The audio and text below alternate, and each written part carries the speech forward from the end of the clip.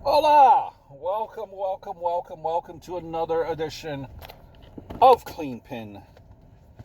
This is me, your buddy, your amigo, your compadre, Tom, talking about all things wrestling.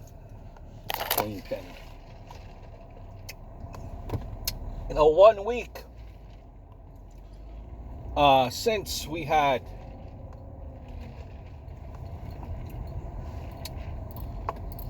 two nights of WrestleMania. And I know it's already been a week since a week has already passed.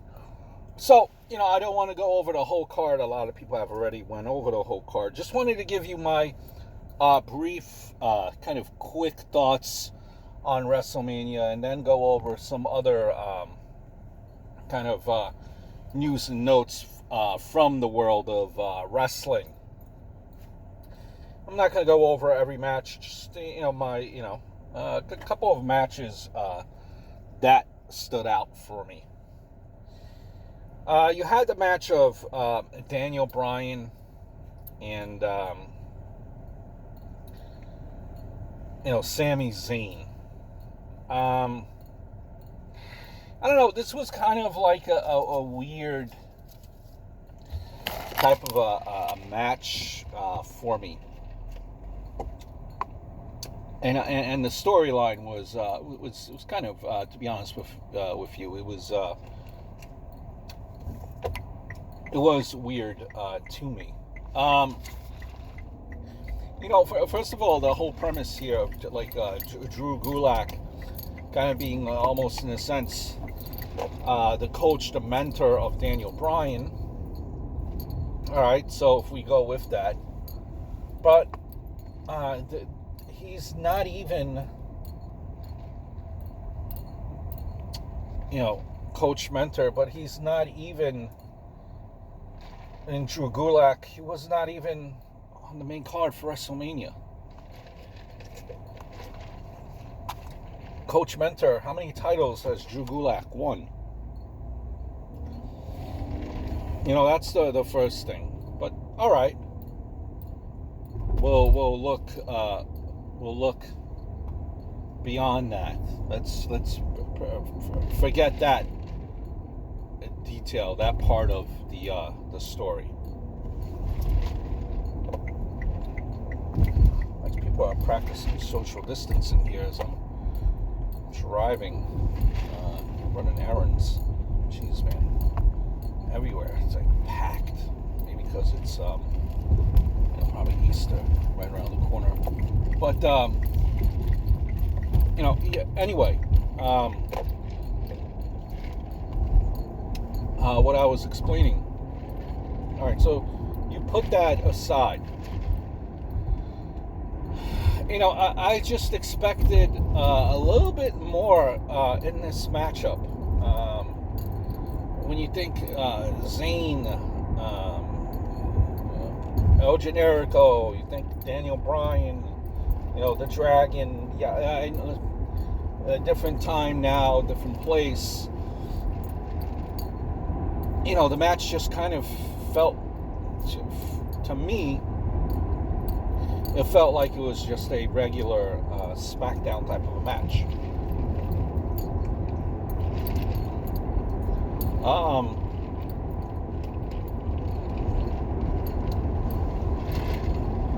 Kevin Owens, Seth Rollins, like that match. Like those two kind of went above and beyond. They were really hitting it out of the park.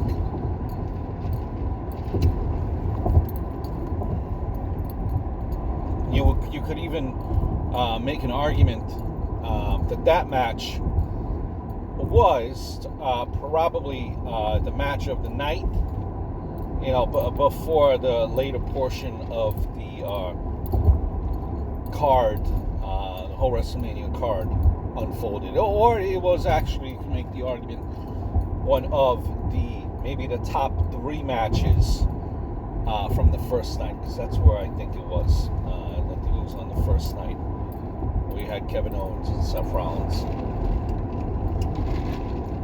That spot off of the sign, that jump that Owens made, insane.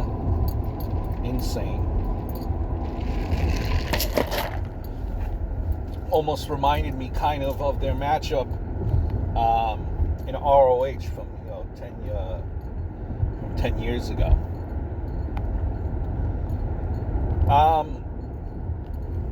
Undertaker, AJ Styles, like that matchup as well. Cinematic, kind of similar, to the type of, deletion matches that you have, but, the cinematic in the sense that there was cinematic. But, again, let's keep it in perspective. Those matches, in due fairness,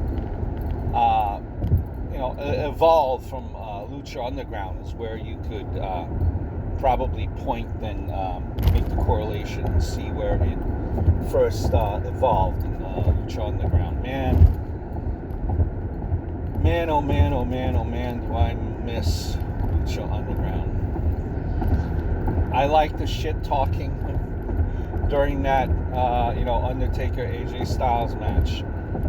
And throughout, all of the matches actually on the WrestleMania card. I like that. It kind of, it put that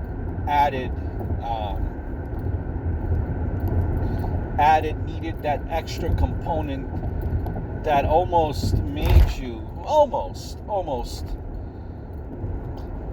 let's just say it compensated for the fact of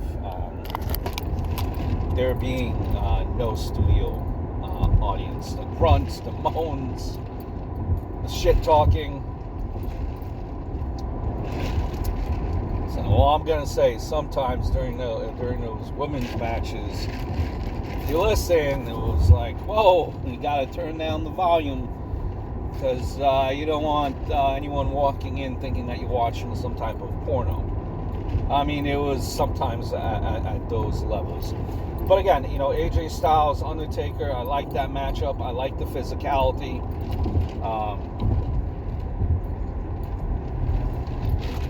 Did kind of think that we would probably, maybe somewhere see a Michelle McCool, or maybe a Sting, maybe a Kane, kind of tie everything up. But that character, the badass, American badass character of the Undertaker, they portrayed it nice. Come on, boy. That crap talking. When you listen to the Undertaker, you played that part well, like an old school tough guy, old school biker, that walks into a bar. You're like, oh man, I gotta watch this guy. He portrayed it beautifully. He was done nice, and you legitimately watching the match and hearing the Undertaker. You legitimately were, okay, I gotta behave. I gotta watch out for this guy. You legitimately, I think, like I was gonna say, you legitimately. I was legitimately invested into the match. I like that match. Nicely done. The Firefly Funhouse match. That was the type of... It was a little bit of a different match than the Undertaker AJ Styles match. And I did my thoughts on that match in a separate video, so I'm not going to go into detail. But it was something that type of a match, what you were watching, is a match that got you emotionally That's what I'm looking to use here. Emotionally wound up, emotionally charged up. Took you through the different, like, it really broke down John Cena from point A all the way to where we are, point C. It for lack of a better word, it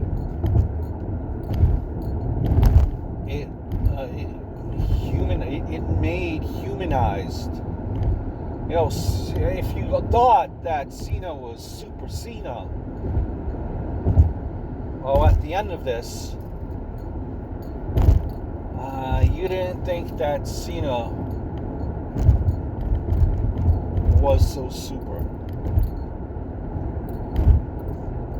No, you did not get that impression at all.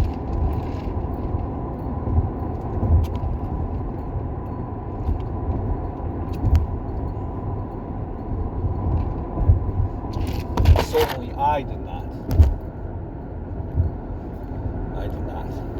A match that was also well done. Last match that I want to,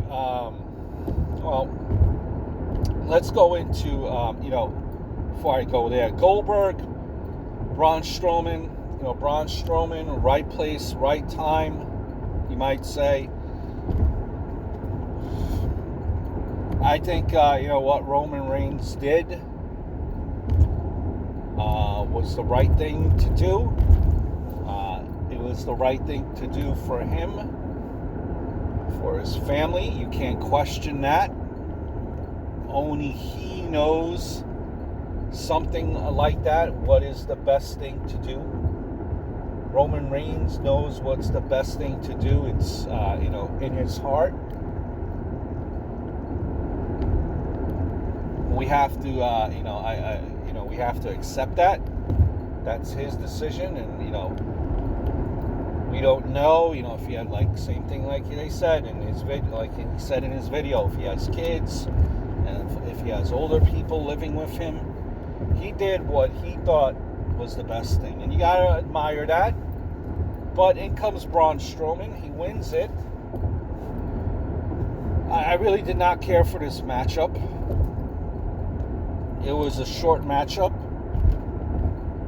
You expected Goldberg to lose. It almost, it almost seemed like Goldberg in the matchup, like maybe he had an off night, but it seemed like he really did. He wanted nothing to do with what was going on. He just wanted to be out of there ASAP as soon as possible. That way he could go on his merry old way. In Goldberg.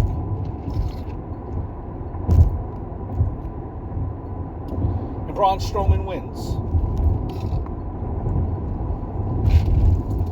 I thought that, in Goldberg and these guys, Goldberg and Strowman,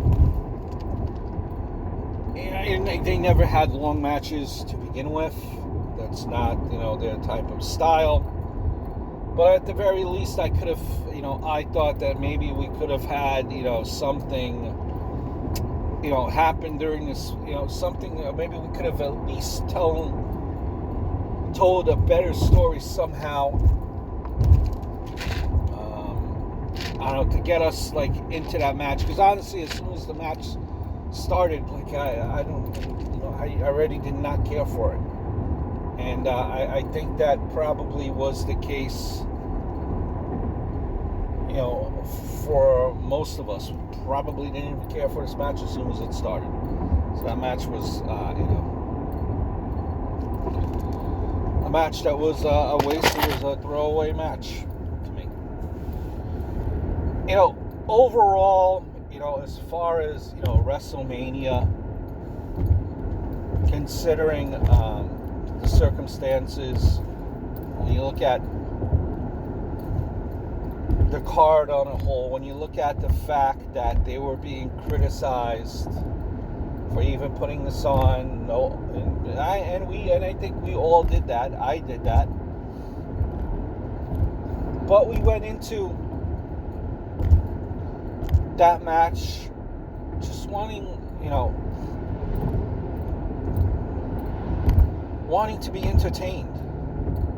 That's all that we were asking for, just wanting to be entertained. Because, what is going on in the world, it's a crazy time. I think, in WrestleMania on a whole, we were entertained. I'd probably give it, a 6. Probably a 6, probably like a 6.5, 7 out of 10. I think would be a good score. Overall, I think we were pleasantly surprised, and I think it came out good. Leading off from a WrestleMania, one of the stories, and Edge opened up about this on a podcast that he did with Corey Graves. He was very proud of the matchup, very proud of the match. He wanted to show that he could still go, and he mentioned that he does think that it came out good. He got compliments from Bret Hart, that Bret Hart liked the match, and he said, that when someone like Bret Hart tells you that match was good, well, that is good as gold to him. And he really does not understand why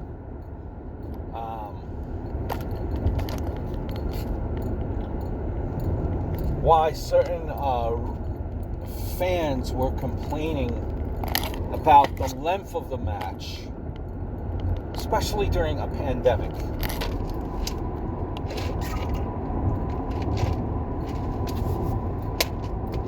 I'll be honest with you guys, and listen, I know there's an aspect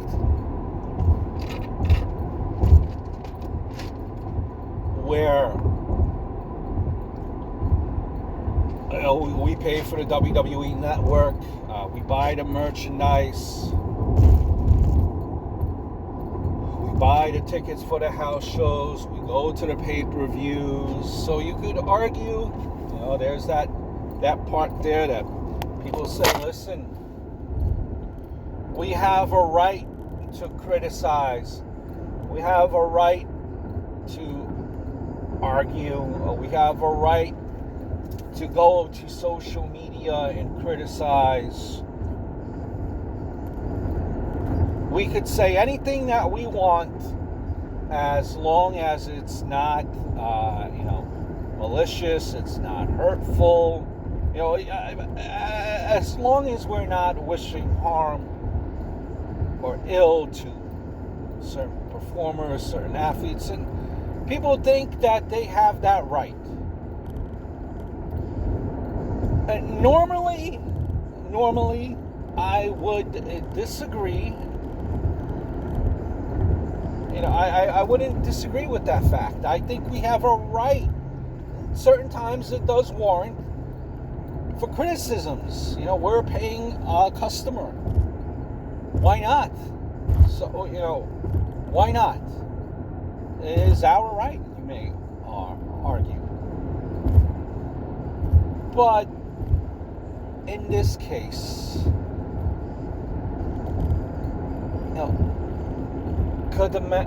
in this case, the length of the match, they were trying to tell a story. And they're the experts. They're the performers. They might have looked at the first couple of minutes of the match, and they might have thought to themselves, well, this is an important part of the match here. This is setting up to this story, that we want this match to tell. And you know what? Maybe we could omit this part, but we think that it's better not to omit it. That this is an important piece of the matchup here, of the story. Remember, this was not done in front of an audience. This was done with no one around. No one. So I think, that how do you do a matchup like this when you've never done anything like this ever before? You need to adjust somehow, and you find that you're trying to adjust, get used to this, get the feel in the first couple of minutes. And might have taken them a little bit extra time to adjust, to figure out where they want to go with this story. That's all that they're trying to that's all that they're trying to do, folks. Is entertain, tell you a story. What else are you going to be watching? There's nothing else to watch. The fact that these guys, they're going out there, they're sweating all over the place. And that's, that thing, like those, you could get sick from sweat being all over the place.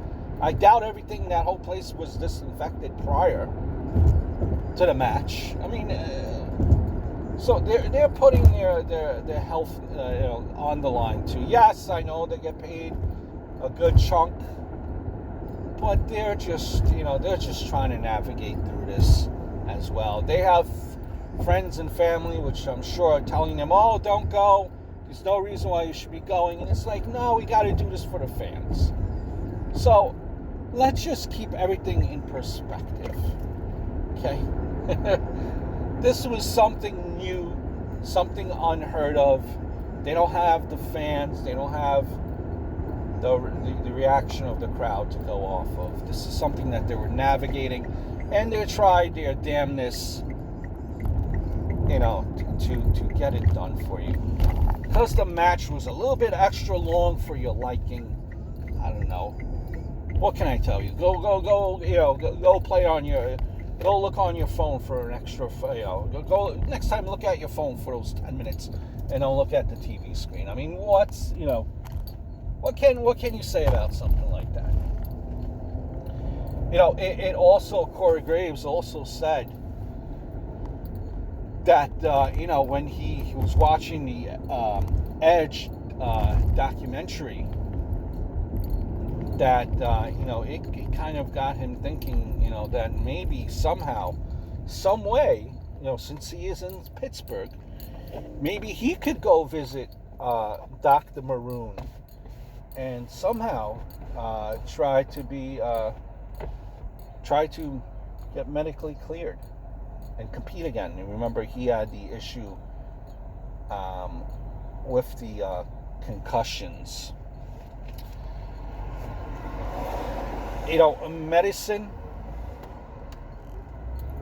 Medicine advances. Things are a working canvas. Things change.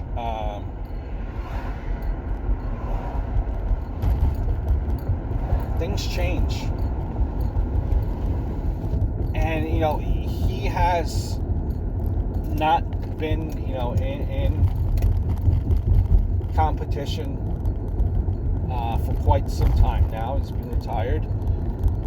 He's kind of, you may argue, whether you agree with it or not, he's almost like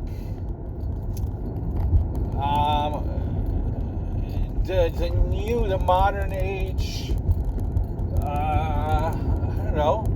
Jesse Ventura, as far as on commentary. Maybe that's a little bit of a strong word. What we could agree upon, though, however, is that he's pretty damn good at this commentating thing. Pretty damn good. And I get it. It's hard when you're doing something and you don't have that luxury of kind of retiring on your own term. He was not able to retire on his own terms. That was, taken away from him.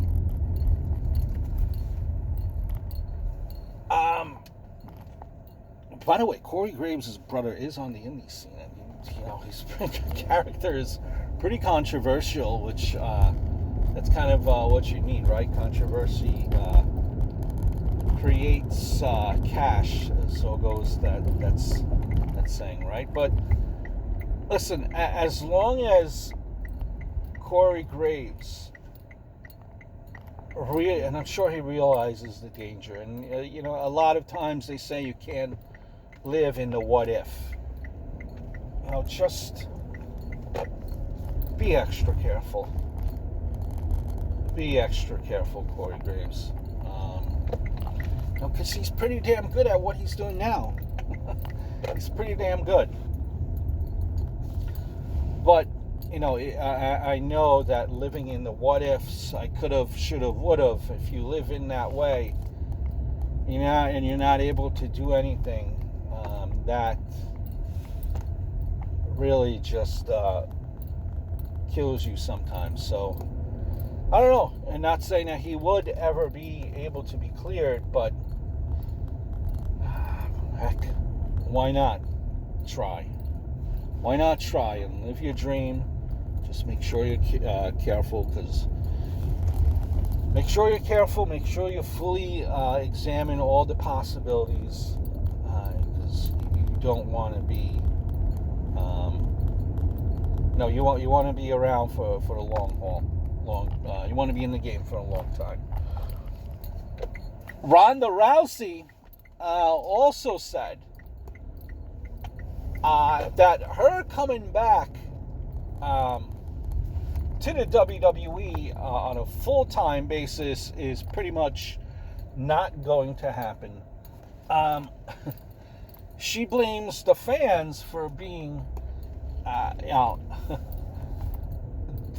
guess, disrespectful or not appreciative. Damn those fans. Damn those fans, for lack of a better word, as to what Ronda Rousey had to say. Now, I don't know if this was kind of a work or shoot, if she actually meant this, or if she was just saying this as part of an angle. I mean, Ronda Rousey, it's not like she was an actress, right? And then all of a sudden became a wrestler. Or it's not like she was a cheerleader and became a wrestler. She was fighting in MMA, where everyone, the big name that she was in UFC, everyone was gunning for her. Everyone was talking smack about her. Ronda Rousey, she's nothing. She's Ronda Rousey. Holly Holm is better than Ronda Rousey. Or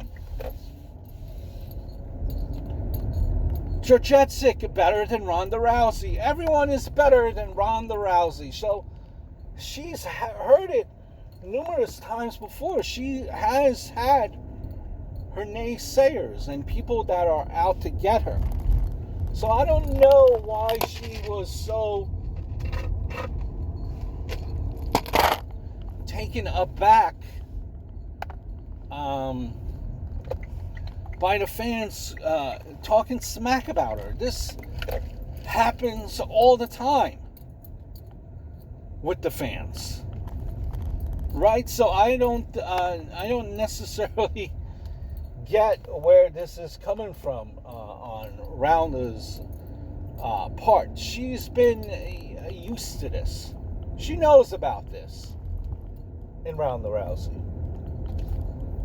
So I don't know if this is really just to set up a storyline. Does it seem like it, being that there's really no indication that Ronda Rousey was coming back to the ring anytime soon. So I wonder, what will become of those statements by Ronda Rousey. We've seen Chris Jericho on commentary on AEW. And that is what we need. We need more Chris Jericho on commentary on AEW. Chris Jericho on commentary on AEW elicits the emotion that you need on for AEW. Nothing against Excalibur, Jim Ross, Tony Schiavone, but they're all one and the same. And I know that we have Taz now. We really haven't been able to hear from Taz because of what happened with the pandemic. But this is kind of what we need. We need the jackass. We need the heel. We need the jackass on commentary. And that is what Chris Jericho did. And not only did he do that, there's certain parts where he, elicited emotions, like against, this past week,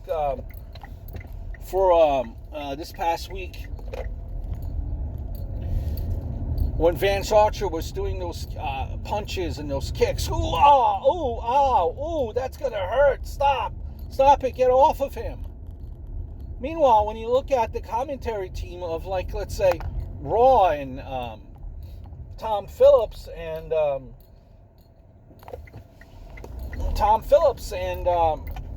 Byron Saxton, there's no emotion going on. It's like, guys, are you with us? Are you alive, my friends? Are you with us? Is there anyone there? Drew McIntyre, is doing these kicks. And where are they? Where are they?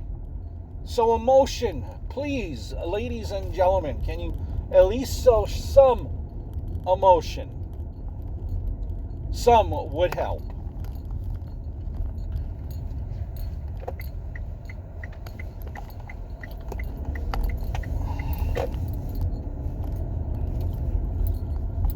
And, it's going to be a trying time.